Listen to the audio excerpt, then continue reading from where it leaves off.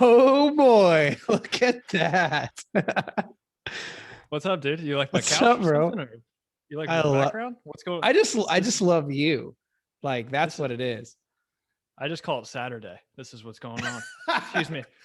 Don't don't let my watch blind you. Well, we're throwing this on Instagram real quick. Just, Oh, that's amazing. And Well, and hang and on. of course My and of course blinding skin too. and of course, as soon as we like as soon as I clicked join for you, Yeah. the record button has been hit because all the good shit happens. Like we would have missed that. Like, you know what I'm saying? Listen, So but here's the best part is I didn't do it for them. I did it for me and you because I wanted it to be a special moment. let's Whether go. whether whether whether it was just whether you were the only one that saw it or not, that's fine. I wanted it to That's be a awesome. moment for us. You know A what? moment I for us. appreciate that. I appreciate that. What's up, How's it bro? What's going? up? I'm How's it good, go? dude. Let me get this thing set up. God, yeah, it is. The new camera is looking crisp, but it's also showing all the nice little blemishes and everything. And I'm looking pale as shit out here. Well, like I was gonna But say, we're that new good. HD camera shows just I know, just right? just shows every bit of Matt. Like I love it. I'm ready. I got a new haircut. I'm feeling Look at lighter. you, dude. I'm feeling good. I honestly like I just like this shirt because it's comfortable and it's like silky or whatever. And so yeah, here we are. That's what Now, we're do doing. you now for those that can't see, because of course this is gonna go on the video is gonna go Oh, on we're rolling. YouTube. Yeah. Okay, great.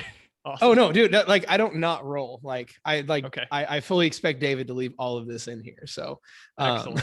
Excellent. yeah. So for those that don't that aren't going to be able to see, I'm curious because that's a beautiful leopard print sexy shirt you have. So do you have more like with different animal prints? I don't have any. Well, wait. Let's see. Animal prints. No, Because you were rocking Hawaiian shirts all the time. Yeah. So I had my Hawaiian shirt phase, which I still have all of those, but it's just kind of winter now, and like I don't, unless I put them on in the podcast or anything. It's not the vibe right now. I'm kind of in the winter mode.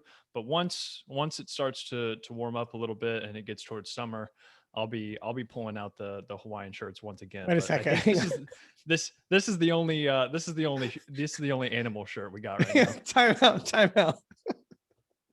What's up? Why why is it your Hawaiian silky shirts are your summertime shirts and the leopard print silky shirts are the wintertime apparel?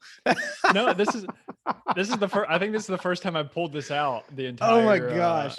the entire winter. No, I for some reason I was feeling it.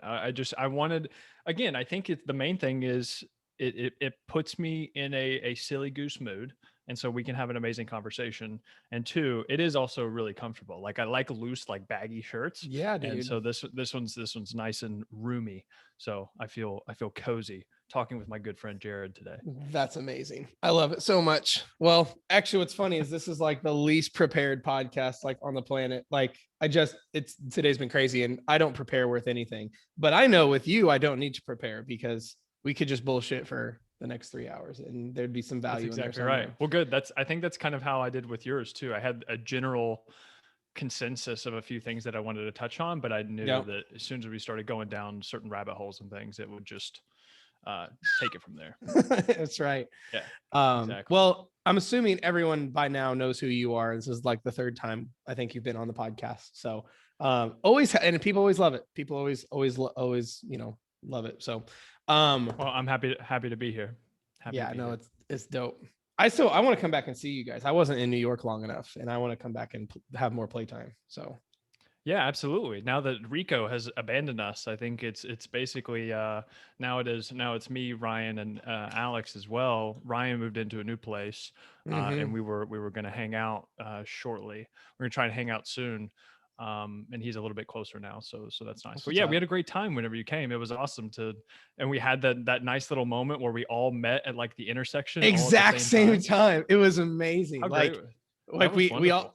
it was, dude, I'm telling you, that was probably that evening was not to get all sappy dappy, but like that was such a good experience. Like my heart was so full, metaphorically speaking. Like it helped that like we all like literally walked to the intersection literally at the exact same time from like all different directions. And it's like, Matt, Jared, Yes. Rico, Ryan, Alex, and it was like because you were with Rico and Ryan, right? And then correct. Alex was separate, and then I was separate, and then we all kind of conjoined at the almost the exact same moment. I And think me and feasted. Alex, yeah, I think me and Alex met first, literally maybe like 2 minutes before you guys got there, and then Yeah. you guys showed up, and we are like, all right, perfect. This was awesome timing.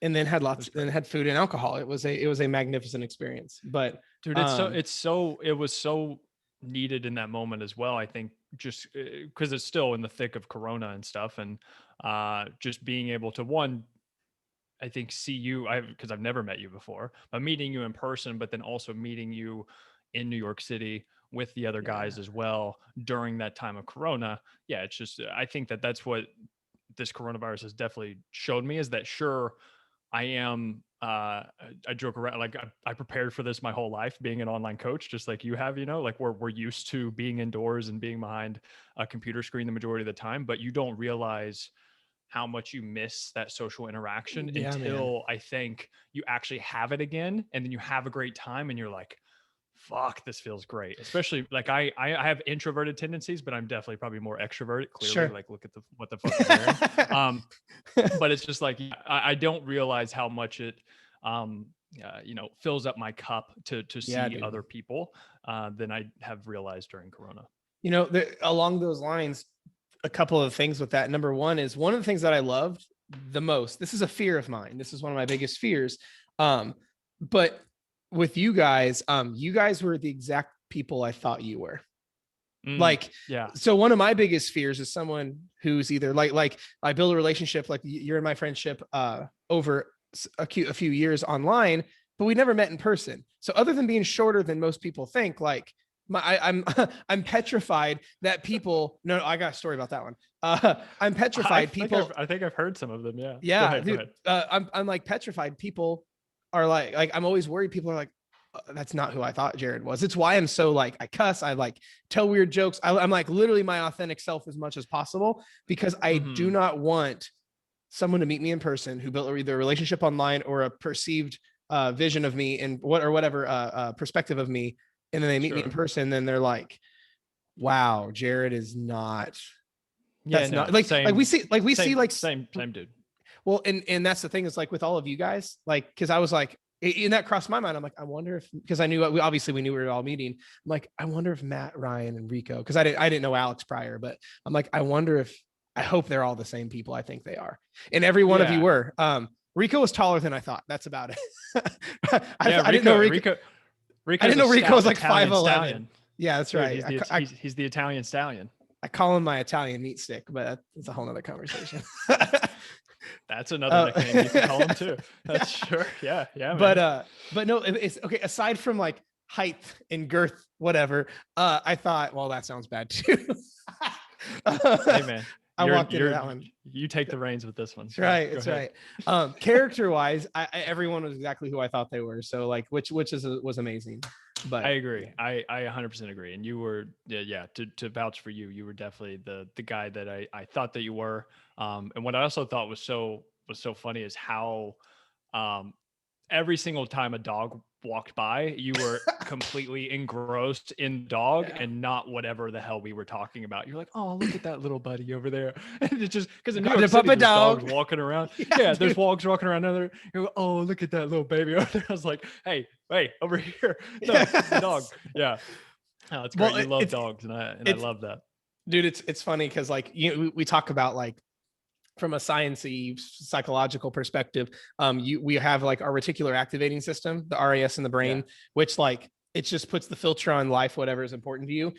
It could be a tail sticking out going down an alley. I'm just like dog 3 o'clock. It could be a possum or something. Right? Yeah. Right. With pit bulls, it's even worse because like because 2 of mine are pits and like it's bad. But yeah, like it didn't help you guys put me on the edge by the road where I like see everyone like, look at a puppet dog.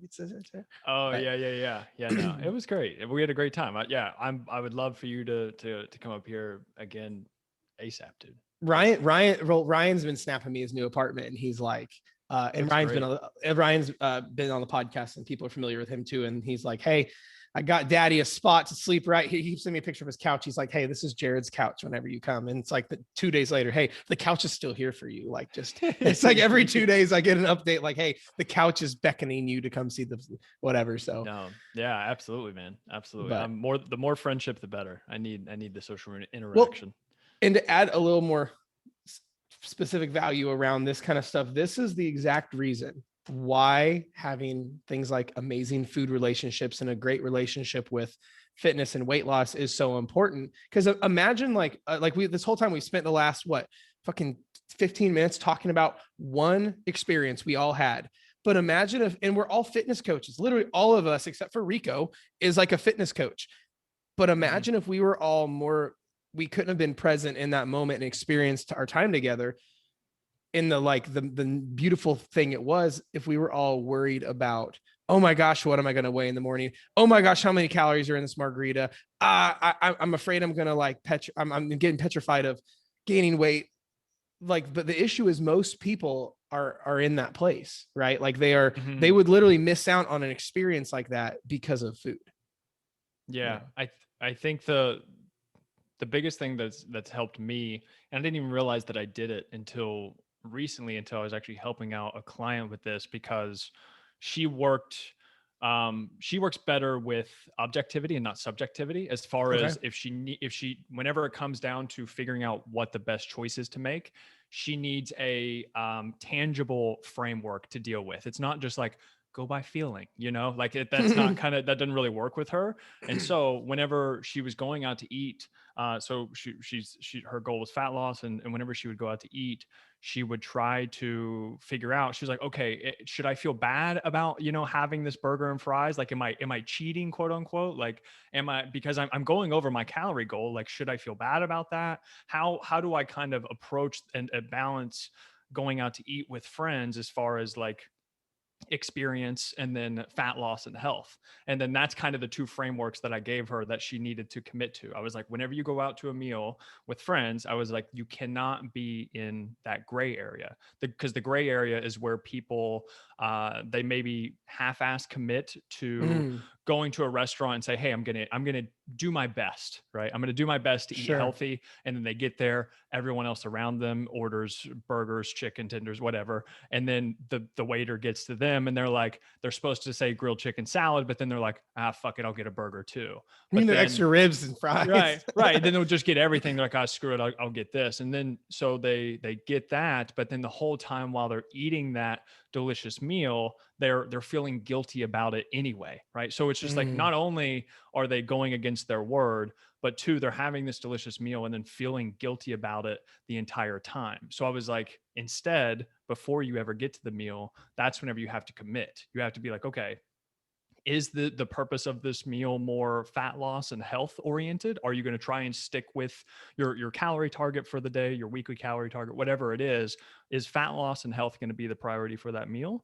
Or are we going to focus on more of the experience, and I'm going to be a little bit gluttonous? I'm going to order the appetizers and dessert and everything like that, right? And so I was like, you just had to pick between, is this about the experience and with friends? And it's not, these don't necessarily have to be mutually exclusive, but for her to frame it in her mind, that's how she can kind of make the decision, commit to it, and then feel good about it afterwards. And I was like, there is no wrong answer, right? There is no wrong answer if you want to go out and have the meal, or if you want to choose fat loss, right? I think that's a spot where people struggle. They think one is inherently wrong. I think Right. that is what trips people up. It's like, well, I'm good. I don't want the wrong answer, where it's like Right. neither of them's wrong, but people have this inherent belief that's like, fuck, will me diving in and enjoying the experience and going all in on that, will that mess with my fat loss? Like, so like, let's stay on this. How do you navigate that with What's people? your priority? What do you in that moment? Because this isn't to say that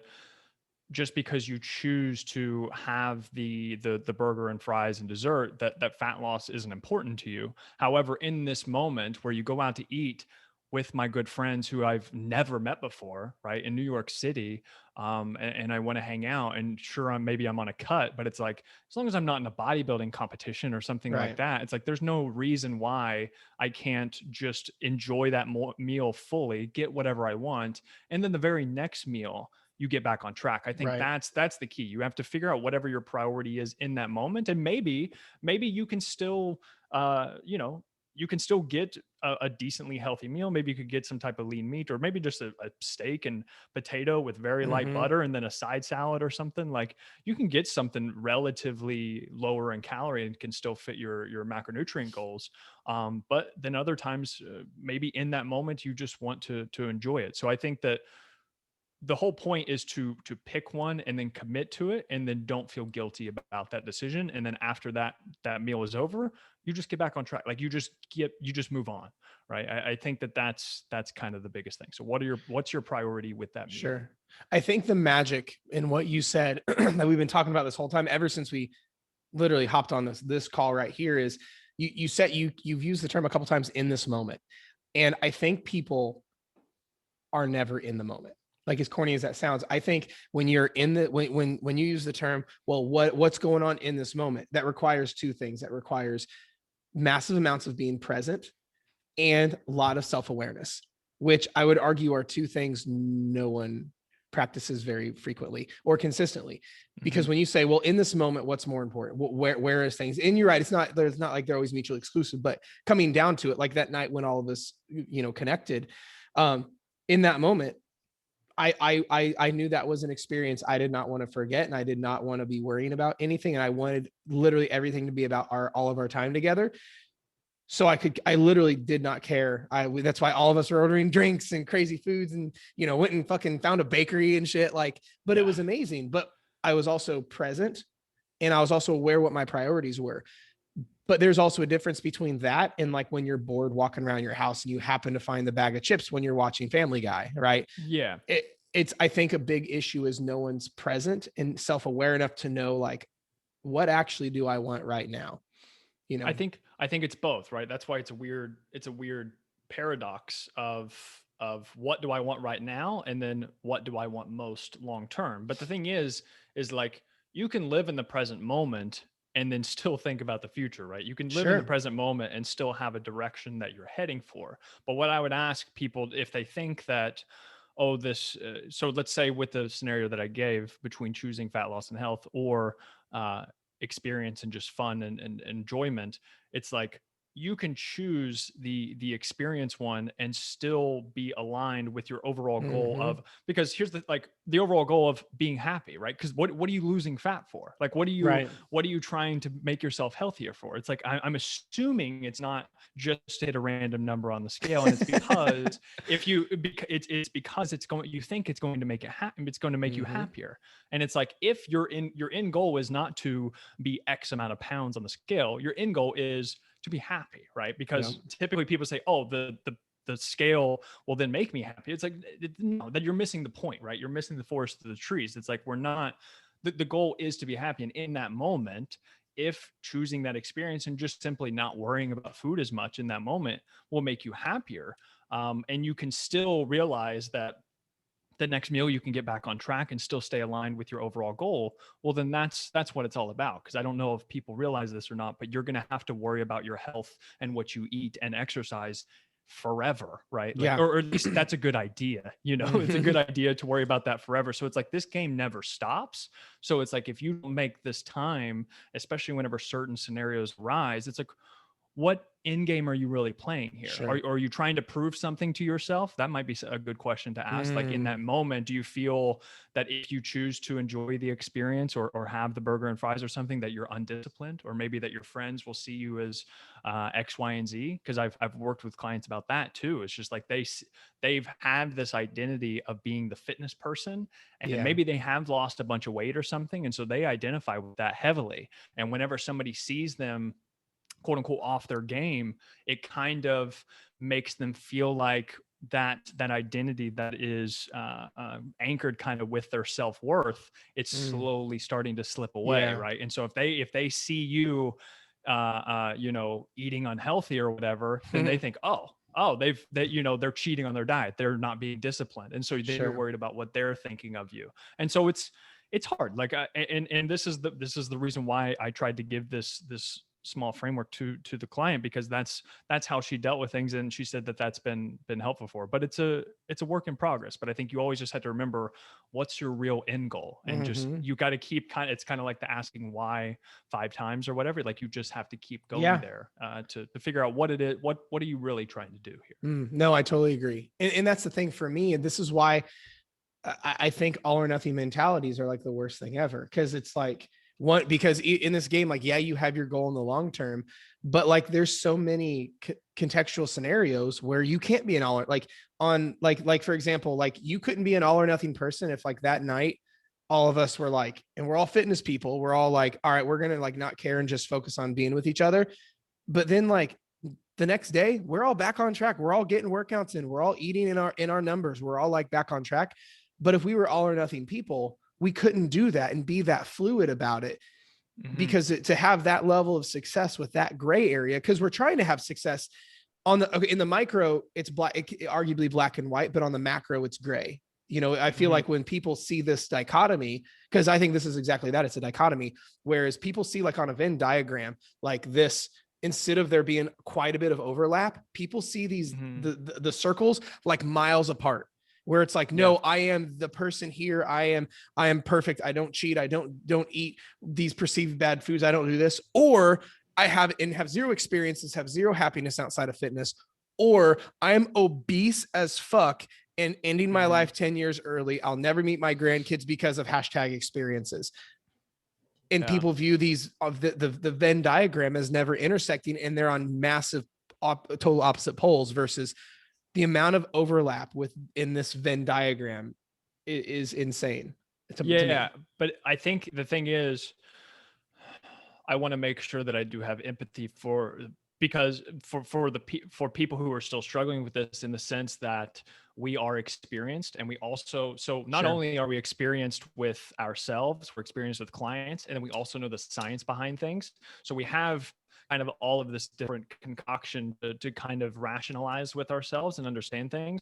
But I think that what it takes to get people to be more in the center of that Venn diagram, like you were talking about, Mhm. is realizing I can go out to eat with my friends, get back on track in the next meal, and I can still reach that end goal that I was searching for. I think what happens Mhm. is people have tried in the past where they just kind of watch what they eat. And so this, to them, watching what they eat and kind of having one foot in and one foot out, living this balanced lifestyle that we're Sure. talking about, hasn't given them the results that they're looking for. So they Right. don't trust it. And so Mm. for them to trust it, what they have to do is realize, okay, I can go out to eat, and then sure, my weight might spike in the morning, but I know as long as I get back on track the next day and I keep following the plan accordingly, then I'm going to be able to eventually keep reaching that goal. But if somebody's never felt that, they Mm. don't have that permission kind of that we Right. have in our minds of saying, hey, it's fine, because it may not be a big deal to us, but to Right. somebody else. And this is what I've learned with this, with certain clients, right? Is they tie it to their self-worth in many different ways. And that going out to eat and stuff, like it's not just, oh, it's not a big deal, right? To them it is a big deal, Right. because that one meal leads to them falling off track, and them falling off Mhm. track leads them to gaining a bunch of weight, and them gaining a bunch of weight is the fear of them slipping back into their old ways and not having the respect of people, and their entire identity crumbling beneath them, right? So it's Yeah. like, I understand whenever we can say, it's not a big deal. And I think that a lot of people, whatever, influencers, coaches, or things, they can kind of be condescending about these things, but they don't understand what these types of beliefs are rooted in. And Sure. I that's why I do think the moment to moment thing is so important, because whenever you realize that all it is a bunch of singular choices that you have to make every Right. single day, then it kind of narrows your focus, and it also narrows, well, it mitigates the amount of perceived risk, if that Mhm. makes sense. Because now we're not talking about, oh, this one meal is going to lead me to falling back in my own ways and being really fat, or you know, whatever the case may be, whatever ended up happening from the past. It's like, no, it's just, this is just one small choice that I decided to choose experience and fun over my fat loss priorities. But I know the very next choice that I have is an opportunity to get back on track, and then choose that fat loss goal again. So it's just like, it's what everybody says is the 80-20 rule. It's whatever you do most of the time. And that's what Sure. you were alluding to. Like, we get back on track the next day. And it's like, we do the good enough choice most of the time. And that's how we can, you know, stay in shape, pretty good shape the majority of the time. And I think that's the part that people struggle with, because they don't have that experience, and maybe they haven't had Right. someone to you know, tell them it's okay Right. after that meal, because they see their weight spike in the morning and they freak out, and then they Yeah. start crash dieting again, and it's just a In the vicious cycle. cycle. But it's like, that's why, you know, obviously we might be a little bit biased, but getting some help can be so important, because you have Sure. someone to talk to about this stuff. Well, and that's the thing, is I think you said it so eloquently. It all comes down to your belief, right? If you, I mean, think about it, like, it's because people don't believe they can have both. Right. That, like, that's the underlying Exactly. foundation of all this. People go, because they don't have the experience, because of past failure, they go, I don't believe I can go eat Chili's with my husband and not be totally off the rail and ruin everything I've worked so hard to get. But once they have that belief, it's simple. It's like this. You sat down in your chair without hesitation, because you know that, like, it's not going to crumble underneath you. Someone's chair on this planet has crumbled underneath them when they sat down, but we sit in chairs every day. I always say, like, when I'm talking about like faith, like in belief levels and whatever, have, like, I call it chair-like faith. Like, you hear the old passage of like childlike faith. I'm like, chair-like faith. We've never sat in a chair and wondered if it will hold us up, ever.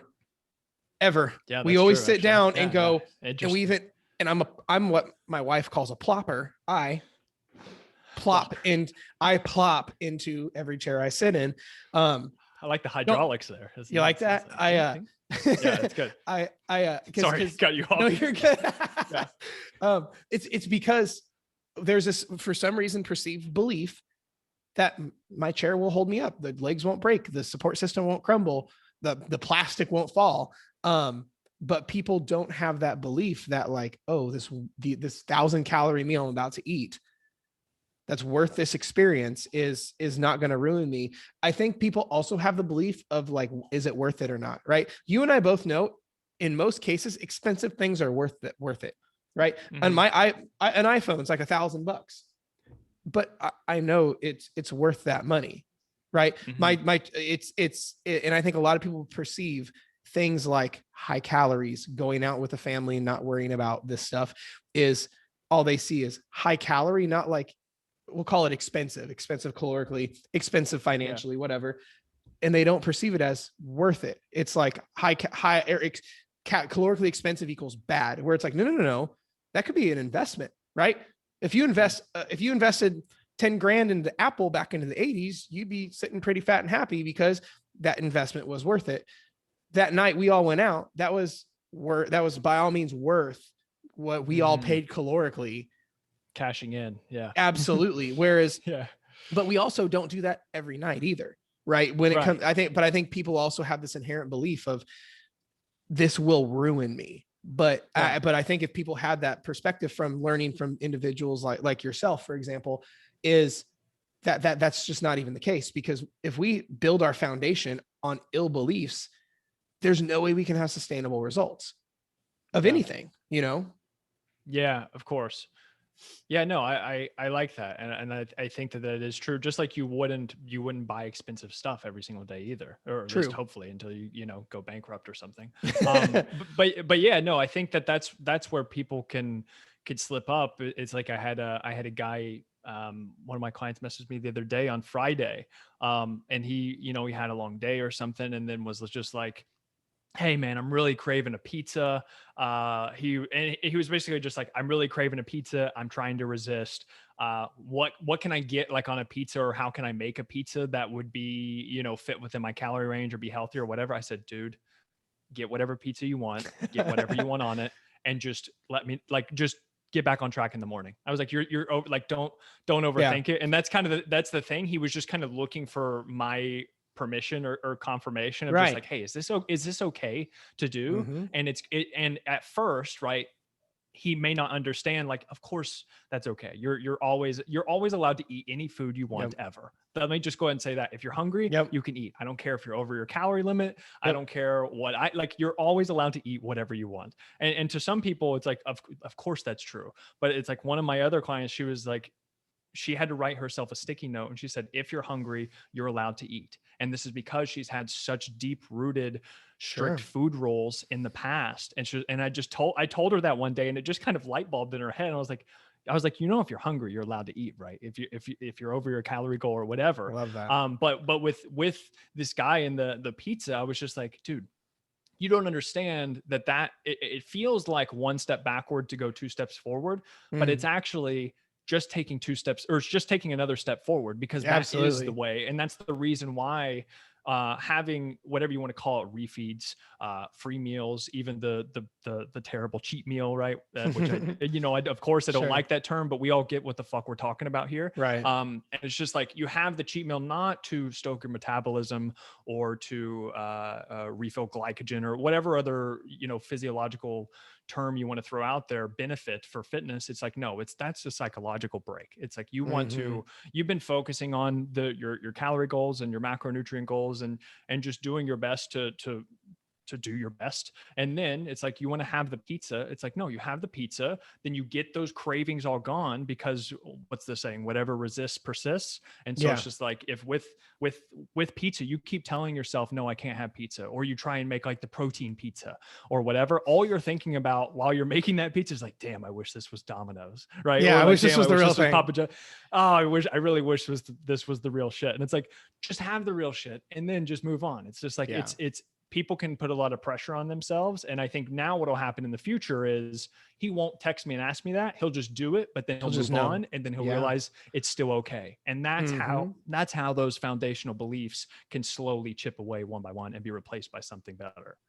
See, I think I love all of that. And the thing is, you went back to the client in this case is searching for a belief that it's all going to be okay. Right. Like if they don't, they struggle with, most people struggle with this because they believe it's not going to be okay. But if they knew it was going to be Mhm. okay, then they wouldn't have issues. So your client reached out to you and goes, yo, Matt, can I have this? And he has uncertainty, so much uncertainty, but because he believes you won't steer him wrong, whatever you Mhm. say, he trusts, which is amazing. That coach client relationship in that context is amazing. And because you said it's all going to be okay, he goes, Mhm. literally all uncertainty went away, and he goes, oh, you fixed his belief. Then he went and did it, and it was just fine. It honestly reminds me of like this is such a juvenile example, but like when we were kids, I don't know about your mom, but like mom kisses, it makes it better and it takes all the problems away. Mhm. Oh, It's of it's course. it's it's almost like, because we believe as soon as mom kisses the boo boo, we You're had this safe. inherent belief that, like, yeah, you're safe, you're grounded, no more Mhm. problems, you're healed, you're not hurt. You have the belief that it's all fine, even though technically it didn't do anything. But your mom Right. But going, it's okay, fixes it. But then what happens is eventually one of those times mom doesn't kiss it. And then maybe you have to deal with it yourself. And Yeah. then you actually do overcome it though. Yep. And then you build trust in yourself, right? Yep. So it's kind of like, that's how it is with clients. It's like, at first they have all these certain fears or these preset beliefs and uh limiting scripts and things that they tell themselves, but it's just like, what's going to happen, like I said, in the future with him with that pizza is he's going to get the pizza, he's going to feel better, he's going to get the cravings out, he's going to move on the next day, right, get back on track, and he's going to realize that he's still making progress and he didn't have to ask me anything. Yep. That's why, like, our job as coaches is not to always just be like, do Give this, the do answer. this, Yeah. do this, right? Because they have to come to that conclusion on them, like on their own. Yeah. It's just that's, you just kind of have to walk them there first and realize Mm-hmm. you kiss the boo boo, tell them it's Yeah. okay. And then one day maybe mom's not around. And so My they mom try would it always say, kiss it themselves. yourself. No, there you go. Same But that's concept. handing off that Yeah. trust. And then you're like, okay, it's my mom. She told me to do it by myself. And then so you do it. And then, they start to build that Mm-hmm. trust in themselves. And it's like, that's how you actually have a client and a person that can move on from you after you guys work together, because Mm-hmm. now ideally they have enough, they're not going to have maybe all the knowledge that you have or anything like that, but they have enough But they're trust equipped. in themselves. They have enough belief and tools in themselves to, they can handle it Sure. from there. Right. And that's the key. That's what we No, want. I love that. Yeah. Well, and that's the thing Mhm. is, this is why I think one of the best things a coach can like, it's like you touched on it briefly, was about a good coach doesn't necessarily always give you the answer, but like the saying, they show you where to look. Cause I think there's a lot of power in the client being led and them finding out their own answer. So, if our clients are listening to this, they might be like, oh, that's how he does that. We're like, it's one of the reasons I like to go, well, what do you think? Or my favorite is, what would you tell your best friend? Because when it's not Yeah. them, it's different, right? They switch gears. So with that, it's one of those things where like a client, it might say, or someone will say like, well, Jared, I did this. I fell off the wagon. I had a girls' night, and we just like, I can't tell you how much wine I drank and pizza I ate. And like, what should I do? I go, or worse yet, they go, I don't know what to do. I think I'm either going to start over Monday, or I think I'm just going to say fuck it for the rest of this week and binge, and then get back on Monday. And I go, question, and I go, what would you tell your best friend if roles were reversed? And they're like, oh, I tell them that like, it's no big deal. One day doesn't make or break you. Just get back on track like right now. And I go, Don't worry about it. interesting. Or if someone has like really bad advice, like they're like, I think I'm gonna, like, when I hear commonly, not from clients, but more in like the DMs, is someone overeats on like a Thursday, and they're like, I think I'm going to starve till Monday to compensate for my weekly calories. And I'm like, they double down on exercise or something. yeah. And I ask, I go, would you ever tell your best friend to feel like that? And they're like, well, no. Well, then what advice would you give your best friend? And they're like, oh, and it's the best advice ever. And I'm like, think about that. And they go, oh yeah, I see what you're saying. Because it's almost a transition of that, where it's not like being handheld. It's where the mom says, kiss your own boo-boo, you're fine. But I think for most people, because like we talked about when I was on your podcast, a lot of the stuff is tied up in old conditioning. The only way to overcome current conditioning is through a level of friction to new conditioning. Because if the new actions go against old conditioning, you get internal friction. So like if it was like, so one of the things that this is really fucked up, but when I was a little kid, when my mom made me start going to the bathroom on my own, I was scared shitless. I was like, I might die. Like, when you're little, like your mom takes you to the bathroom with her or whatever, and we're out to eat, and I'm like, Mom, I gotta go to the bathroom. She's like, it's right there. And I'm like, I've never done this before. Like, I could die. And of course, that's like, because we go to that. It didn't help. My mom told me a story about how someone literally got murdered in a bathroom like the day before. but that can have an effect. Good job, Mom. That one you could have done better right now. But I hope my mom doesn't listen to this. But anyway, but I had to do it, and it's like going in that context. It's like fuck, come back. Oh, I didn't die. Maybe this isn't so bad after all. Then your brain starts to validate a new conditioning. And it's the exact same way. If all you've done is ever fail, and then you're like, okay, I'm just going to get back on track, even though it feels just wrong to get back on track. And then you do it, it gets easier every time, because it's just new conditioning. And with clients that have been super strict in the past, and we're trying to kind of like wean them off of being so meticulous with tracking and things, there's a similar way to go about it, except it's like, instead this time what we do is, I wouldn't have somebody who's always uses the food scale, who weighs themselves every morning, like religiously. They always eat the same things every single day, and they're afraid to waver. It's like, for that person, I can't just say, hey, intuitively eat, listen to your hunger, Terrible love advice. yourself, and throw away the scales. It's like, that person is going to be scared shitless, right? Because it's like, that's their, in the exact words of one of my clients, that's their security blanket, right? That's how they know that I'm okay. Like, I'm still going to be on track with you literally took away the one thing that grounds them.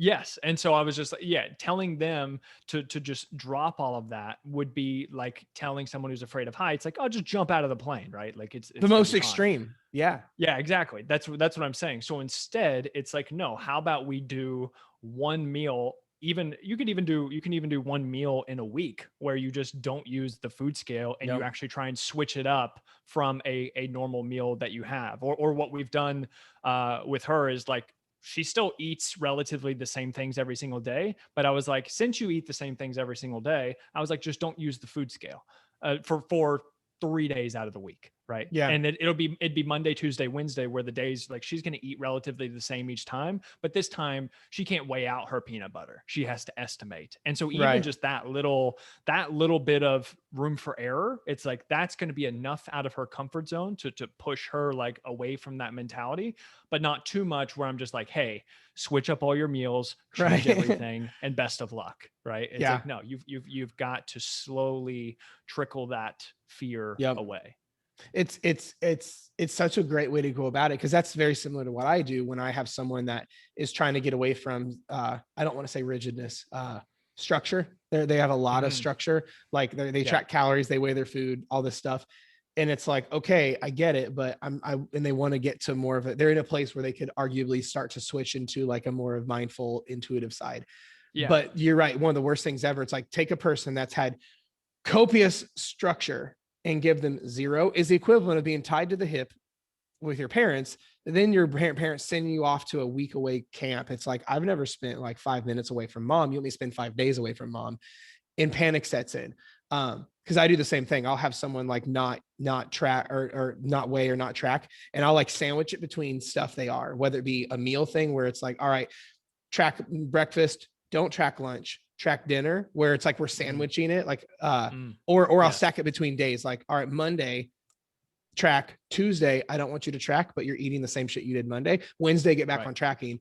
And then it's like, I remember it's like, it reminds me of like driver's ed back in the day. They didn't say never drove a car, here's the interstate, have fun. It's here's the parking lot, okay, here's these country roads where no one else is at, here is city driving that doesn't go over 20 miles an hour. Here's and then once how terrifying was driving a car for the first time. Do you remember? Because I remember. Yeah. I remember how my dad just kept telling. So my dad owns an auto body shop, and like, you know, he's familiar with cars and things. And so we're just in the car driving and things. And he's just like, he kept repeating. I just remember him repeating to me over and over. He said, you're in control. He was like, whatever you do with the steering wheel, the car is going to go there too. Like however hard you push down on the gas, that's how fast the car is going to go. And it's like, hearing that, you're like, of course. But whenever I'm sitting there death gripping the steering wheel, and I'm just so scared. He's like, calm down. You're in control. And I think just over time, that just after that initial period of, oh shit, like I'm driving a car and this is in my control, it actually clicked that, okay, if I need to brake, I can brake. If I'm going too fast, I can slow down. If I need to turn, I can turn. But it's just, it doesn't click right away. And that can be terrifying. But then after it clicks, then you get more uncomfortable. And now it's just on autopilot, right? You can drive without thinking.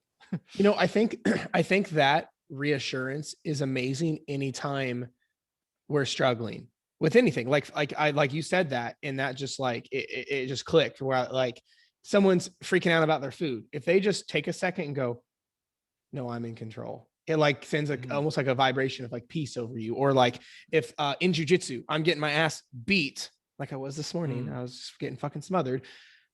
And when panic sets in, it's like, wait, I'm in control. I could get on my side. I could frame away from him. And it just reigns back in, like or literally this pot. Let's say like you're nervous about interviewing someone. Like the first time I had like what I perceived as like a really big guest on it, and I'm like, I can't believe they said yes, but okay. It's like I'm in charge of this. I could literally stop the conversation anytime and steer it a different way. A thing a mentor of mine said, like with people, is just like replaying your head like I'm their equal. It's like anytime, it's like, you're not better, you're not worse, but like, no, we're equals. So when I've like, but if you argue, I would like with any of this, it's like you're struggling with food. It's like, no, I'm there. It's equal. Like I'm the equivalent of this, where, because there's another phrase, a mentor, it actually ties into my big tattoo, is when you're bigger than your thoughts, you're fine. Right. But when your thoughts get bigger than you, that's when we act a fool. Right. Like the equivalent of like an acorn in the tree analogy. When I'm holding an acorn in my hand, I can handle it. I can throw it. I can eat it. I can like flick it. Like it's an acorn. It's like a little kid saying, you're purple. And you go, fucking dumb kid, and like keep walking. But when you plant that seed with emotion and belief, and now it grows into a monumentous tree, and that's bigger than you, now you have issues. Now you can't just get rid of it. Now you have to fucking dig that bitch up at the roots to extract it and remove it. but it's going to be a lot harder where it's like, because people said in, they're like, maybe I don't have what it takes. Now the tree's growing, maybe this isn't going to work out. And now they're caught in this cycle of like limiting beliefs and ill identities and all this stuff where it's really hard to break that, because your thought that was an acorn is now 100-year-old tree. And that's where people end up making bad decisions, Right. Well, because then they start thinking they're the problem. And when they're the problem, then it's like, how do you fix that? Right. But it's just your like, brain won't let you get rid of you. Right. Well, right. 100%. And what you said with the jujitsu, it's like, but think about with jujitsu, how much better do you probably perform? Cause I haven't done jujitsu, but how much do you probably better perform whenever you are calm? Right. How like who does the worst in jujitsu? It's the dude who spastic goes white in belt there, who's super strong, a strong guy, but he thinks he's going to outmuscle this person who is a technique master or something. Right. And so what he does is he uses all of his energy within the first 30 to 60 seconds, because that's probably all you can do as far as max out effort goes. And then they get tired and then they start and then they're completely fried. Right. But it's just like, think about how much better you perform whenever you're calm, you're collected. And that's why Rogan calls it, what did he call it? Like, meditative combat or something like that. Or it's like, something that's not the exact phrase he used, but it's something along those terms, as far as being in a very aggressive, combative space, but then also trying to be meditative, calm, collected, strategic, logical, and piecing together moves and things. And it goes along the lines with also, what is I think it's the Navy SEALs that say it. What is it? Is it slow is smooth and smooth is fast, or something like that? It's something along those lines. But it's basically like, you don't realize that calmness, it feels like you're surrendering. It feels like you're giving up control, but actually what you're doing, same thing with podcasts. Whenever you have on guests, what's the best, like, or take it for somebody who, just for people listening, if they don't have a podcast, maybe they don't understand, but if you're meeting somebody very important, or somebody that you're intimidated of or anxious about or whatever, how much worse does it usually go if you really try hard to impress that person? Like, how much worse does it go whenever you're really trying to, maybe you have a joke ready and then you try and say a joke and it doesn't land, and then you're just entirely crushed, and then you feel terrible and you feel stupid. You're like, why did I do that? Why did I do that? But if you go in there with no expectations and just be like, what's the worst that could happen, right? If you go in there relaxed, you go in there without any expectations, you go in there completely zen and calm, and just whatever the experience that happens is going to happen, then you're probably much more in control, actually. And you might, the likelihood of you saying something that will probably as a byproduct impress this person or make them feel good about your conversation together, it's like, that's the genuineness. It's like, if you go in there with an open mind and heart and ears and whatever, and actually try and have a connection with the person without it being a transactional conversation, right? What can I get out of this? Because why do you want to impress the person, right? So you can get something out of the conversation. It's like, but as soon as you do that, people, at least people who are good at reading people, which high net worth individuals, or just successful people that you're trying to impress, they're probably going to be emotionally intelligent enough to know, hey, this person's full of shit. They're just trying to impress me. They're trying to use fancy words. They're trying to say whatever. And then it's just like, no, they're not being genuine. And what's funny? It reminds me of the reason why I wear these shirts in the first place. It's like, I don't wear this shirt because I think I'm cool. Like I wear it because I like to be a silly goose. And it puts down the barriers between, and I don't need to do that with you necessarily because we're already buddies, but it's just like with somebody else, whenever I used to wear these types of shirts, the Hawaiian shirts, on every single podcast I did, even with big name guests who didn't know who I was at all, they would see it and they would just be taken aback, and I would literally reassure them within the first couple minutes. And they're like, okay, good. I didn't know what I was about to get myself into, because I had on like a pineapple Hawaiian shirt or whatever. And there's some dude, and I was in a closet as well. I was in a closet and I had on a Hawaiian shirt, and I look like a young kid, and they're like, what the fuck did I just sign up for? And I said, no, I wear these because it makes it typical. Like, I'm willing to make fun of myself first so that you can feel comfortable and we can have a genuine conversation, so that there's no, this isn't this isn't a dick measuring contest. We're not trying to impress each other.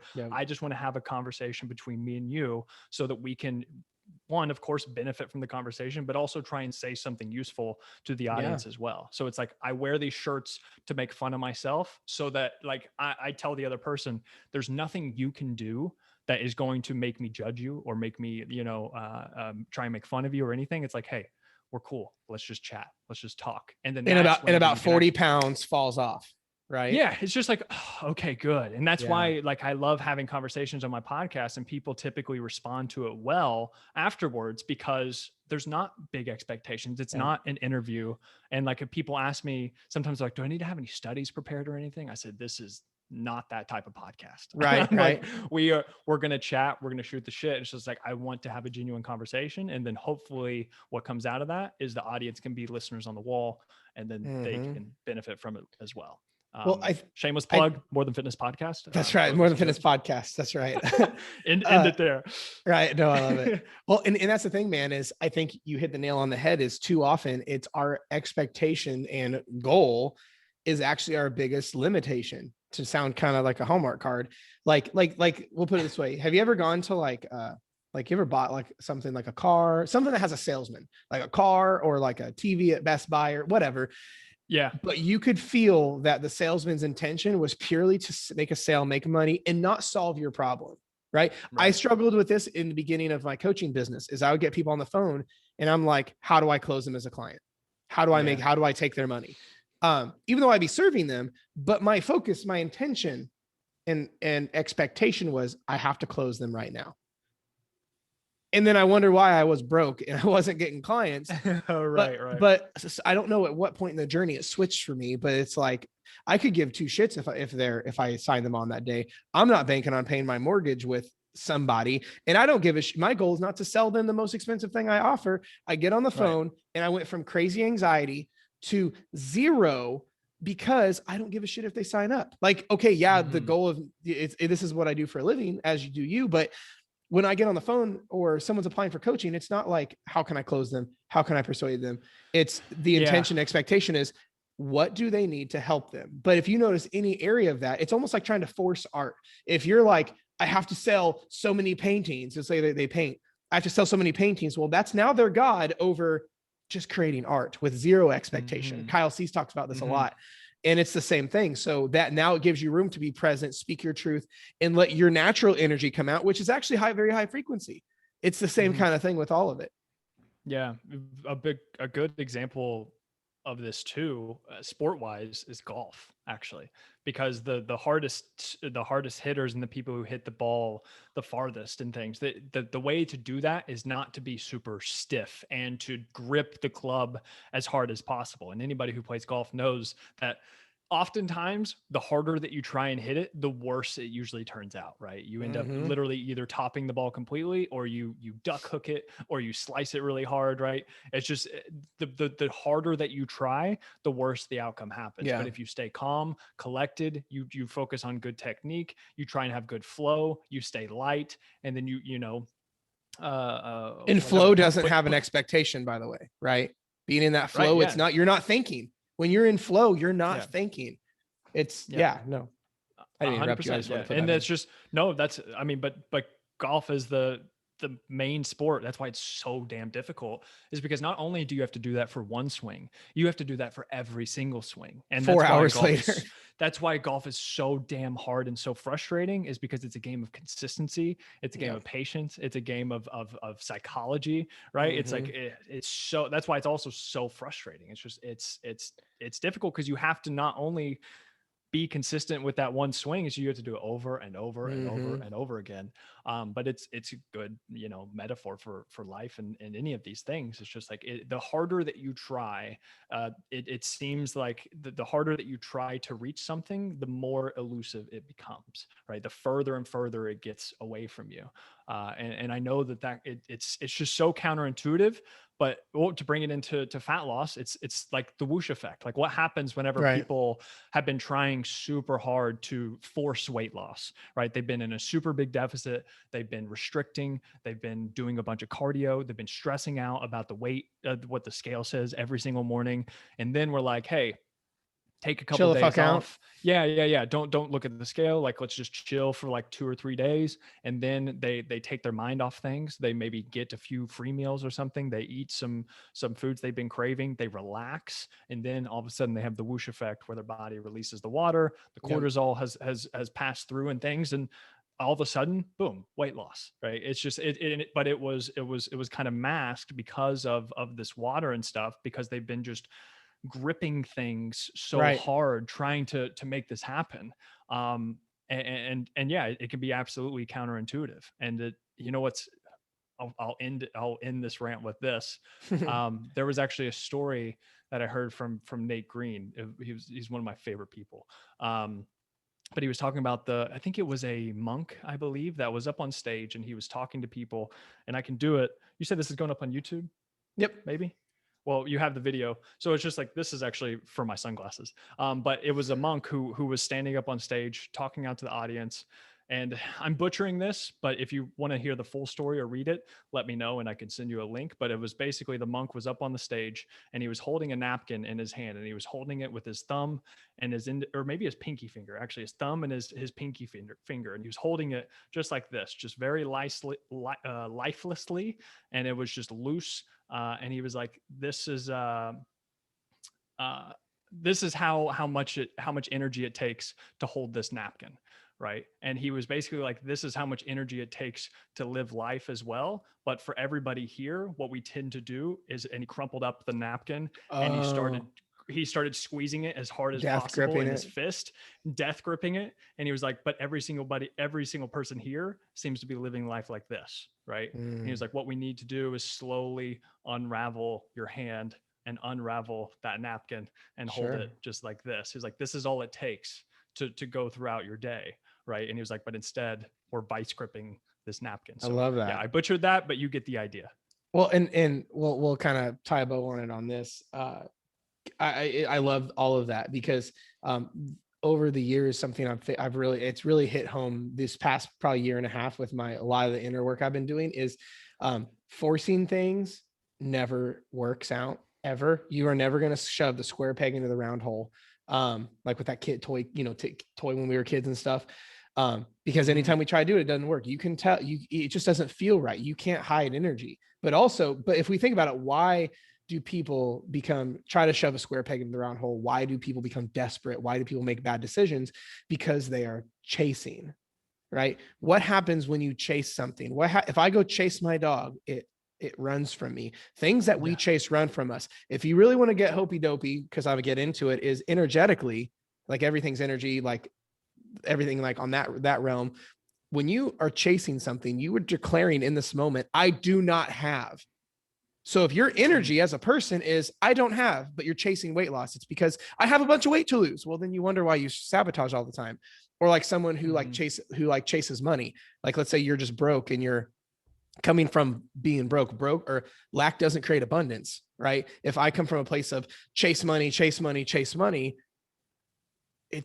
those are the people who stay broke. You know what I mean? It's anytime we chase something, chase a girl, you're not going to get her. It all comes down to one of the guys one of my favorite people, I study him a lot. His name's Kyle Cease. One of the best things he ever said, I read it in one of my favorite books. He just says, why don't we quit chasing and just start receiving?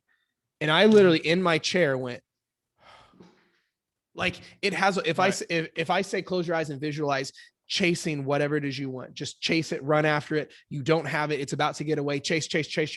And I say, now just receive it.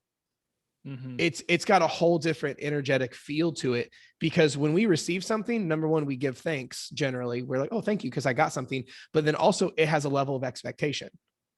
So when you're like expecting you're just going to do everything right and it's going to work, it's on a whole nother level. It's like when in fat loss, like really wrapping this to a whole, is when someone when people make that bad decisions, it's a lot in fat loss. It's like, I'm doing everything right, I'm not losing weight, what's wrong? And they're like, Chase, it's like, no, I'm doing everything right. It must come eventually.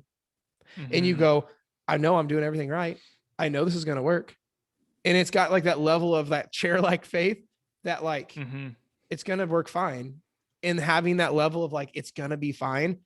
Like with like the mom kisses the boo-boo, like to really wrap it to a circle. It's the same kind of thing. You know what I mean? So yeah, 100%. And just the last tidbit on that, from a practical standpoint, you're going to have much less clear thinking if your mind is so diluted with all of these things that you don't have, right? Like all of this, or this fear and anxiety and worry and desire for all these different things. It's like, that's probably not going to help you in any way, right? It's actually probably only taking you further away from what it is that you truly want. So from a pure practical standpoint, it's just like you're going to have more clear thinking if you try and come from a more gracious, accepting, surrendering. It's just like, it's either going to work or it's not. That's kind of what it comes down to. But the quicker you get around to, I'm doing all I can, and then the outcome is what the outcome is. It's like, that's whenever I think things start to happen well, because then you drop your expectations, and then it's just like, all right, I'm gonna do my best, and then whatever happens from that happens. If not, then that's all I can do, right? Yeah. No, absolutely. Dude, this has been such a dope conversation. Like, okay, I haven't looked at my notes once. Like I had like with normal, I like write down like a couple bullets of like an idea of what I want to talk about. But it's my favorite thing is like, actually, this is a great example of that expectation thing. Is imagine if I was like so dead set on the notes I had that, but this was the direction we were supposed to take it. This is what's going to help more people, because was in flow. This was in harmony, if you want to call it that. But if I was like, no, this stuff's going to get better views and ratings, we wouldn't have had this, because that would have been the our God in that case, versus just having a great conversation. It's the same thing. 100%. So. You're trying to force it. I would be forcing it. You're trying to force it. You're trying to piece the conversation together before it happens, but in counterintuitively, it makes the conversation worse. Yeah. So, and people can tell that. That's why I think, people like Rogan and stuff has been so successful, at least, especially from the beginning. It's because he does jiu-jitsu.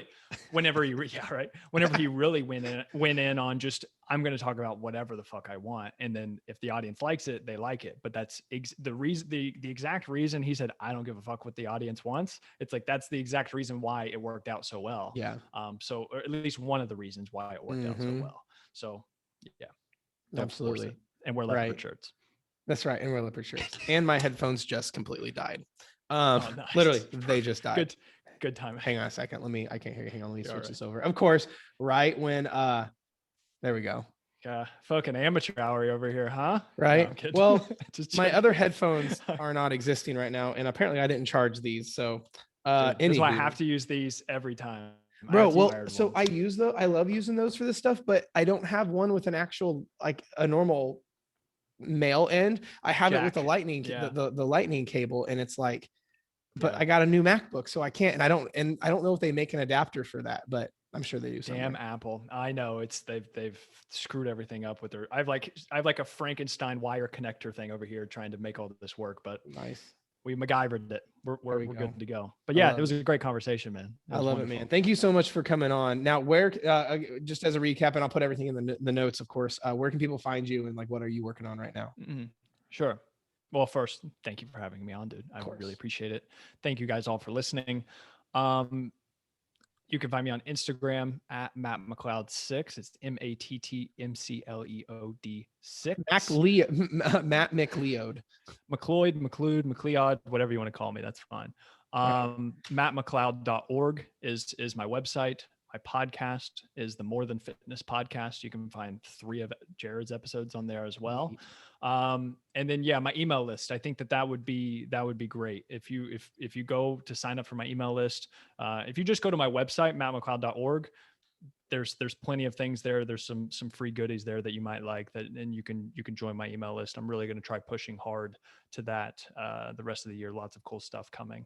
But yeah, other than that, send me a DM, send me an email, say hello, introduce yourself, say you enjoyed it. I'd love to meet you. And Jared, thanks again, dude. Absolutely, man. I love you, dude. I'll talk to you later. Okay. Love you too, bro. See Sounds ya. good.